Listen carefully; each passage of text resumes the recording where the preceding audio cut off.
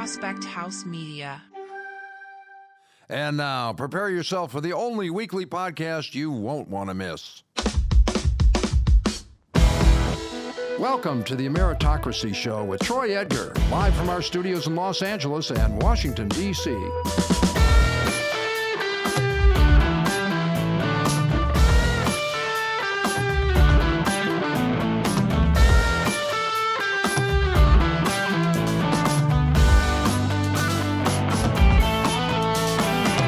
Hey everybody, I am Troy Edgar and welcome to the Ameritocracy Show. Thank you for tuning in and checking it out. It is greatly appreciated. This podcast examines the conditions for personal and professional growth and opportunity across America.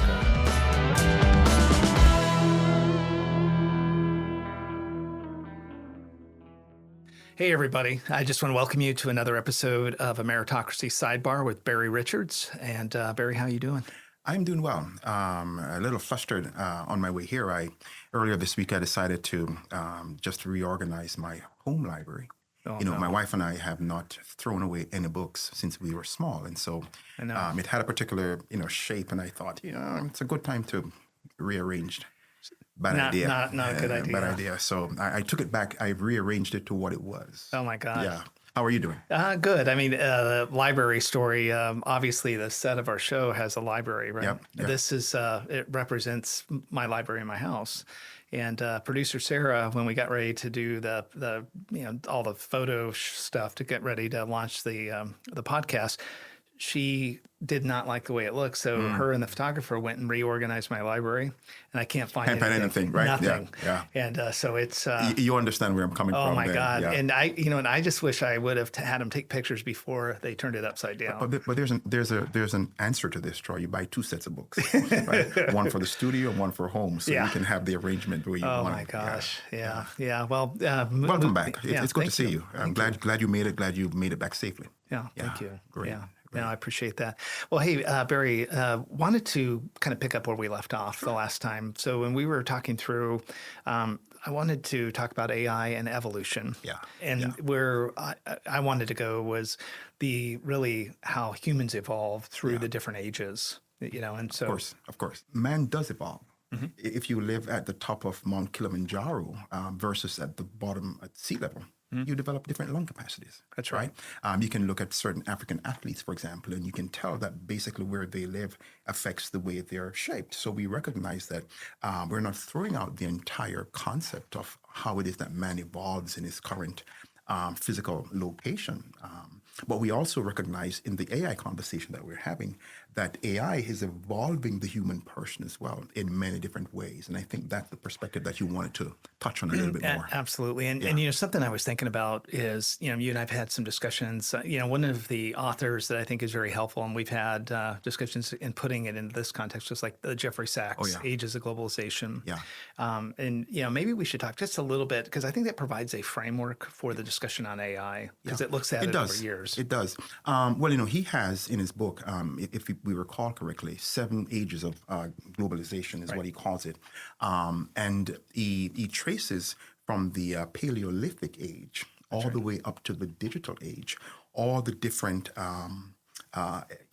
evolutionary curves that we've gone through. He didn't call it that, but that's essentially my way of expressing this. But what is important in his text, though, is that when he gets to, when he's gone through all the ages of globalization, he then talks about, well, how do we sustain this? Yeah. Given the fact that we are now moving at a speed with technology that is way faster than any of the other speeds that any of the other ages. And so part of his conversation at the end is there is a critical need to be able to sustain the consequences of, or sustain human beings through the consequences of technology, because AI, while it holds promises for advancement in how we do things, there is another side of it that is quite potentially detrimental to society, to human persons, to jobs.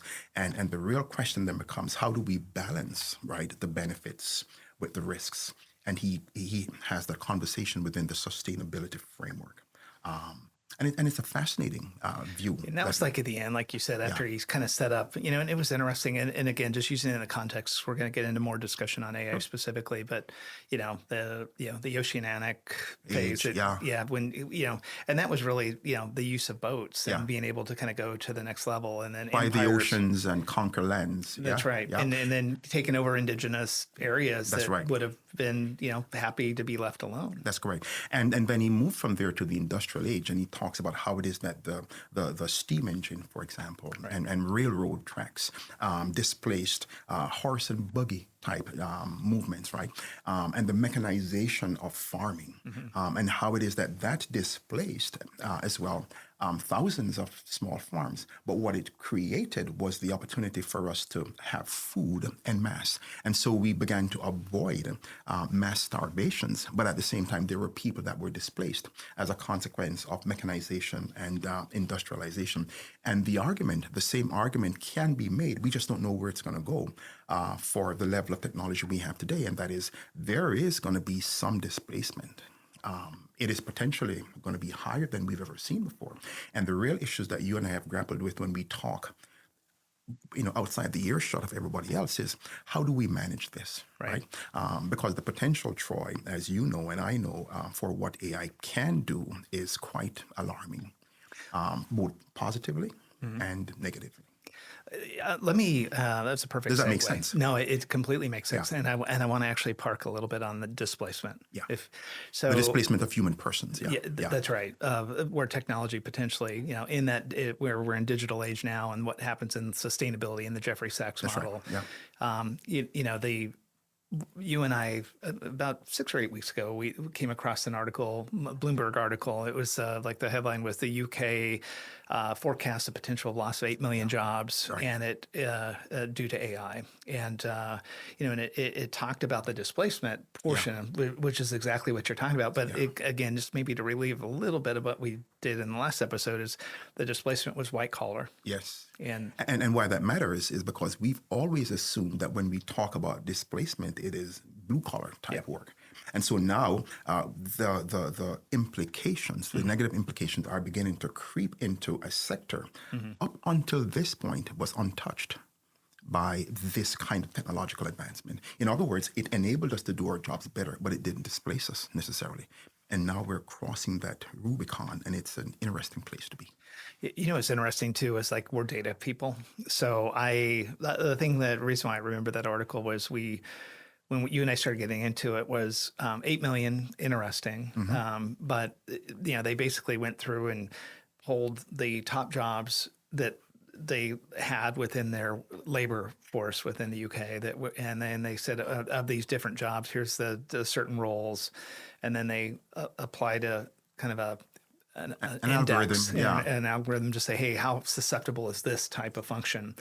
And then it was interesting. They took it one step further and said, by gender, right? Exactly. It was by gender. They looked at it by gender. They looked at it by sector, and no matter how you slice it. It is 8 million. If you are one of those 8 million, you're deeply impacted by that.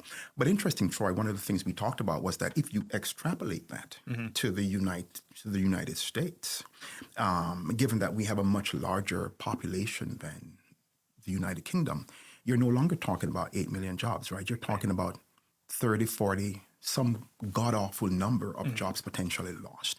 And the issue that we wrestle with is what happens to society when that many people are out of work. And that's the reason why there needs to be very serious considerations about regulations. And Jeffree Sachs, in his books, he balances this issue with, in every economic expansion, there are those who earn, those who make money, and those who do not. And that is there's an economic displacement due to inequality. And the issue that governments are going to have to deal with, quite frankly, is how do you manage that? Because capitalism by itself allows the free reign of the marketplace to take control. And we've never had this issue before to the extent that we will with AI. So the other thing I think that AI introduces into this, and maybe this... By the way, Troy, can I just please pull one thread? Yeah.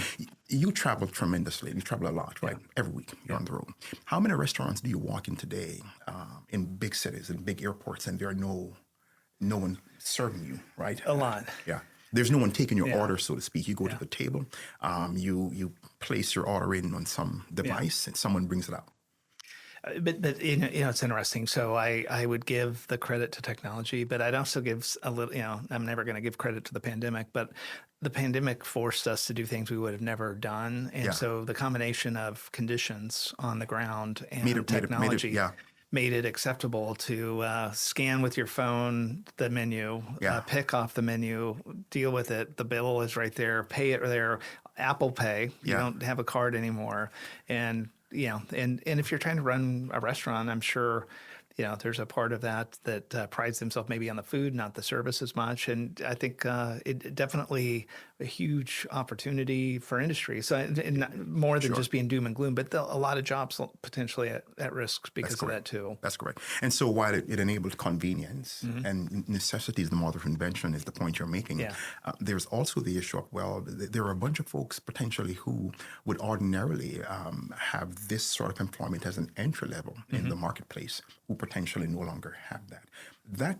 There's a scaling factor and a multiplication factor to this, right? And so it's not just this one industry. For example, go to all the stores.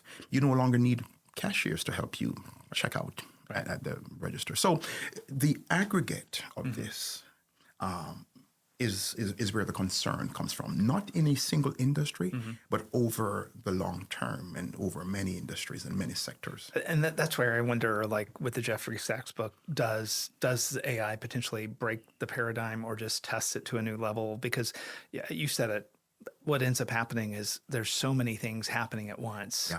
It's, in Sachs's book, there was things happening, but they were serially sequential over periods of time. Where these are happening. Yeah, this is multivariant actions are happening in real time, and I think that's what scares people. That is indeed what scares people, and the idea. First of all, the other scary part of this has to do with the fact that it used to be that we thought you could not simulate human emotion in computer systems. If you provided very procedural algorithms, right, with loops, it could do certain things. But now the machines are coding themselves, Troy. And with information, the machines can build solutions for things that do not yet exist, or things that don't have solution. So the realm of the human person, the creative realm of the human person is being infringed upon by the machine, and therein lies the concern. Because now we thought there were things that machines could never do. That isn't the case. Yeah. And that is the risk. And as you're an IT professional as I am, you're much more than that, but you know the foundations of what I'm talking about. The machine can be unplugged. And if the machine is unplugged, then it no longer works. And here is a metaphor for really what we're talking about in terms of sustainability. Who unplugs the machine when it's going too far? We still have the power to unplug the machine so it doesn't cause damage to human societies and human sectors and widespread displacement. And that I believe is really at the heart of our conversation and Jeffree Sachs's issue of sustainability, right? How do we continue to build and develop technology in a way that advances the social good for everybody as opposed to just a small few? Because no society is able to sustain itself if the vast bulk of persons are displaced. Right. It becomes unstable for everybody. That's right. Okay. Yeah. And those are policy issues, Troy, that have not been thought through carefully. And I'll tell you something else also. In the past, when you had great technological advancement, nuclear power, for example, splitting up the atom, it was always the case that governments controlled this. And so they could regulate how it was developed and how it was rolled out. You do know that it is not government that's regulating the advancement of AI. It's companies that are driven by profit interests. And when that happens, you're looking at nation states and they're on the sidelines wondering, what do we do with this? That's a big problem. IBM is driving this forward. OpenAI, Microsoft, all the companies that we know about, they're the ones driving this AI conversation and the development and the advances. And the governments, Congress, the Senate, they're almost secondary and watching and trying to figure out, what do we do? with this, and that's a problem. Barry, you're hitting on something there is the government's role in AI. And, and I would just say again, at IBM, I lead a big portion of the federal consulting business. So I deal across government. And from an IBM perspective, from where I sit, I'm not speaking on behalf of them, is, a lot of the policies that come out right now with the current administration has been to put out executive orders to start the dialogue around things. That executive order, because anything that you need to fund to do massive things in government, you go through a budget cycle. Now we talk about the policy and what is the efficacy of where we're at. Then we kind of move into formulation of, okay, these are the types of projects that would help the government move ahead. Then eventually they kind of get prioritized against everything else in either an agency, department, or at the government wide. And then 2 or 3 years later, something's hatched. Right. So that with that 3-year cycle, unless it's the pandemic, AI now is front and center. So starting that dialogue to get some form is usually the administration's step up and give an executive order, and here's what they think. And I've said this before in prior shows, is that the challenge is, I think the message to government was stop, from the current executive order, which was be careful because it needs to be safe. Be careful because it needs to be ethical. Be careful because it's biased. That's right. Be careful because we have unforeseen consequences. So just be careful. And the example that I've used on the show before is that I was at a certain area with a bunch of folks talking through Intel, and we were talking about AI from the perspective of what would be the benefit of it. And my reaction was, even at some of those levels, they don't know if they can move forward, because even if they had discretionary money to move, it's not clear that the administration wants to move ahead until it's safe. The policy isn't clear. So somebody pulled me aside after I did my speech, my discussion, and they're like, they're laying it out for me, and I'm like, doesn't that bother you? Because our adversaries are not as careful. Yeah. And it was just something we talked about behind the scene, which is, I pray to God that somebody is in that other room that we're not in, that's actually moving at full speed, like just to make sure to protect us from a national security perspective. That's right. And so I did a Army conference in Huntsville, Alabama, and I gave a speech on where is the progress with AI within the federal government? And I kind of did a poll and said, hey, how many people think we're actually, the federal government's going? No one raised their hand. It's like they're paralyzed. And you're making the point that from a nation state standpoint, we are paralyzed, to use their words, right? Yeah. Now, one more point, Troy, and if I may. Sure, please. Quantum computing, as you know, is moving at a speed where the prognosticators say the company or the country that develops quantum computing will rule the world. And it is expected that the time frame is around 2030. That has some significant implications, even from a cyber security perspective, because as you know, the work factor that makes it impossible to block and crack code is the power of how fast you can compute all the different permutations of numbers. Now with quantum computing, they're saying that when it is developed, nothing is safe.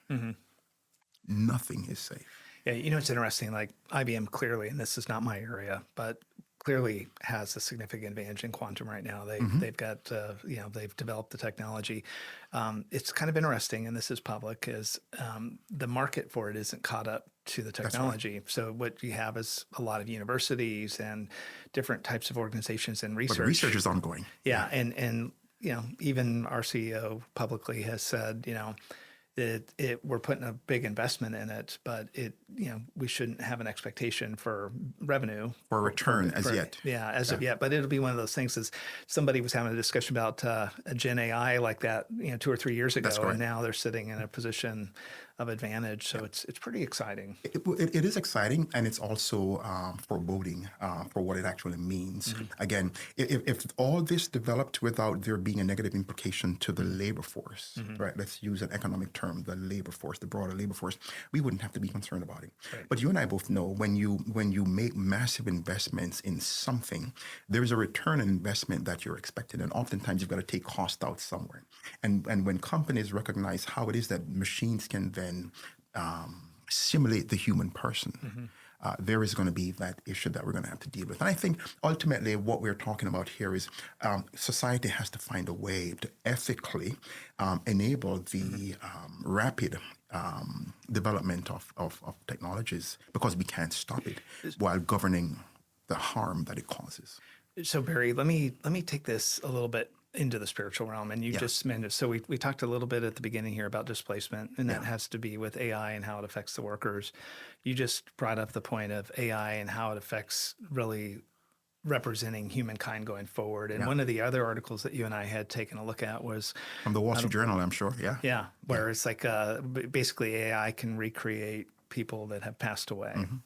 And and in that article, and you look at even today, like hologram technology, Tupac Shakur, Michael Jackson, Elvis Presley, all these folks, Frank Zappa, even. I mean, and when you see these things, the likeness is there. And so I guess from maybe from a spiritual perspective, when people pass and, humankind goes through grieving. You've helped me with my family. I've had, some really tough situations, and you help me and my family kind of go through that. But I was just kind of curious, like spiritually, the AI could preserve somebody into a limbo state. And that article in the Wall Street Journal was a bunch of snippets of people's perspective of how it could really screw people up. And I was just curious from you, or from a church perspective, what is your view of that? So the church obviously does not have any sort of a doctrine on this. They've never thought about the implications, but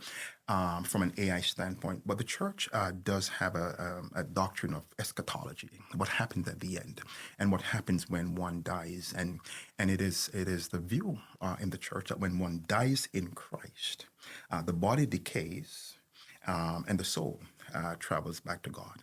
And at the point of the rapture, then there's a meeting with Christ in the air. But the church doesn't address the preservation of the human body after death. It simply today it buries the dead persons, or if the will of the family is cremation, it cremates them, and we enable the grieving process, or facilitate it with families. But as it pertains to keeping the dead person, do you think it makes it harder to grieve, or can you put closure to something if it's still there every day? I don't think you can, quite frankly. I think you do have to let the dead go, right? The Bible says, if I were to quote a scripture, that it's appointed unto man once to die, and then the next phase of that person is the judgment, right? So trying to keep a dead person alive is anti-scripture and anthropology, the way the Bible describes life. And here is where AI sometimes, Troy, then gets into that God realm, that we talk about. Because now it's attempting to do things that were never meant to be done. And that creates a little bit of a disconnect theologically, really, with the technology. Because when you're dead, you're dead. It's interesting is by the way, there are passages in the Bible that talks about not trying to rouse the spirit of the dead, and because you can a person is not just a body, a person has a spirit, right? And you're getting into all manner, not you per se, but the concept is getting into areas that are a little off, But it's what the technology is beginning to press its way into, and thus we do need to be aware of the implications of that as well. Yeah, what's interesting is that we're all, you've said this, you've worked with me on doing eulogies, and the eulogy messages, the seasons of life. Yeah. But I think depending on where you're at in your life, like, knock on wood, like right now, I'm not dealing with a situation close enough to me to where my mind is in that space. So when I hear stuff about AI taking on form and being able to be kind of appreciated, I think about it's sort of like the basic act of the large language model. Like, just in theory, you and I, we've done a bunch of episodes now together. We've now created, after every show, I know my production team, they automatically get a transcript of this, and they're pouring through to evaluate, what the show is. Those transcripts anything we post online, YouTube, Google, any of them, they actually have the transcripts, whether we want them to or not. So people search on everything that was said. So the bottom line is there becomes a composite of Barry and Troy and our discussions. And eventually that can be put into a model, and it won't be as deliberate as it could be put into a model in the future. I think everything will be put into a model, and because it'll be open sourced information that's out there. And then people can ask a question like, Barry is a very smart man. Barry, what do you think about this? And you're not here, and somebody's going to get your advice based on things you've said, and from that can kind of triangulate. And but I think it has no soul. It has no soul. It has no soul, right? But I think that's the part with AI when I say that I'm in a season of life of flatness, of peace, like right now. Like I said, knock on wood, praise the Lord. But I so right now when I hear stuff like that, I think that would be interesting. That would be helpful. I'm not thinking about it from the context of going really raw in a grieving situation, and I'm trying to preserve somebody and forget about them. So, Troy, I see that in almost the same ways as if I go to a book and I want to hear what Abraham Lincoln said, when he lived, right? I can read his speech. I can see images of him and what he looked like and all of that sort of stuff. Go to the newspapers that existed back then and read his articles. I think with the technology that we're talking about has moved that a quantum step forward, where now you can almost simulate the person's voice and simulate them in action. But ultimately, it's a generation. It's not a creation, if you may. It's data, but it's not a soul. And what we're seeing is the limits then of the technology, but it has fascinating implications. Fascinating implications. Obviously, you and I have talked about this. That is one edge of the technology, and I mean what it does for the human body as well. Technology in general, for example, that enables almost bionic type limbs, bionic type hearing, the ability to see. Technology has come a fascinating distance in improving human lives, and therein lies for me what must also be celebrated. The benefits, right? There are benefits, and it's how society then manages the balance between the positives and the negatives that I think is the crux of the issue that we're trying to solve. Well, because even though we're talking about it, we're trying to solve the problem because we know it's one that has to be solved. Right?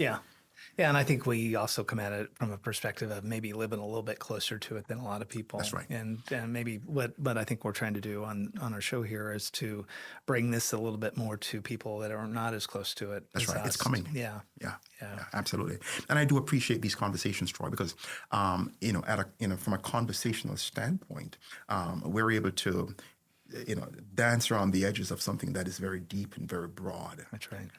Without getting too immersed in all the technical details, and perhaps encourage someone to go read a bit more about this. Not only that, but also encourage someone to realize where they stand vocationally and potentially see the danger that's coming in that particular field and ask, well, what can I do to prepare myself for when this comes to go do something else, to be qualified to do something else. So my hope in this conversation is that those people who are unaware of the implications of this from a negative displacement standpoint will be made aware of the oncoming train and get out of the way and reposition themselves to live a little longer, be sustained a little bit more by the alternatives. Why? Because there are always alternatives. Right. Yeah. Right?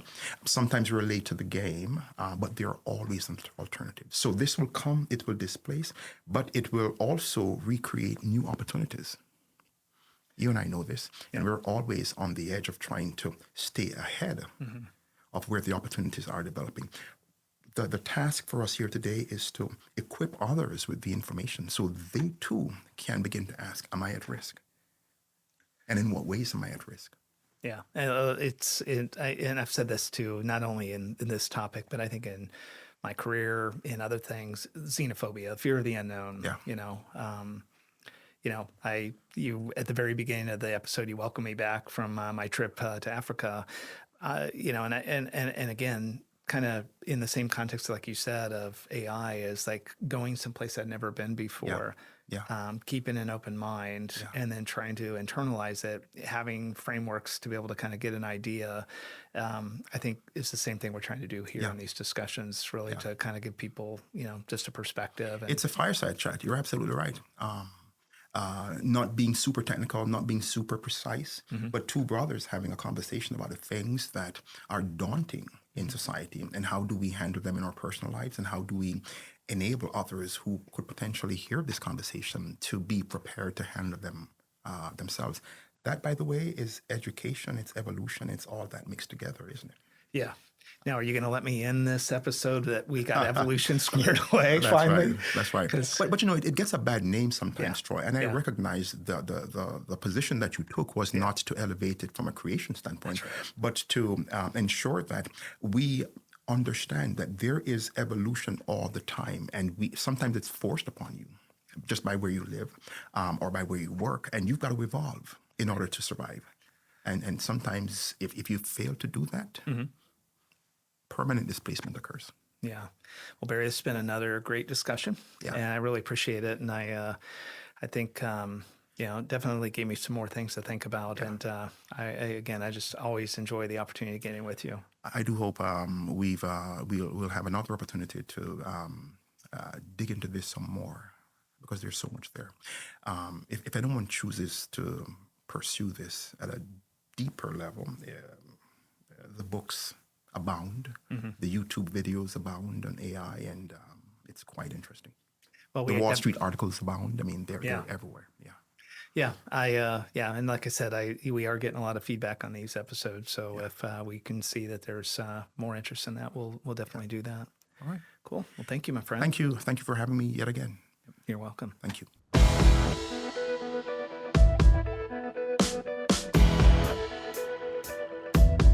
Thanks again for joining me today on the Ameritocracy Show. Be sure to follow me on social media and our website at troyedgar.com, where you can get more information and sign up for my weekly email. I hope you have a great week.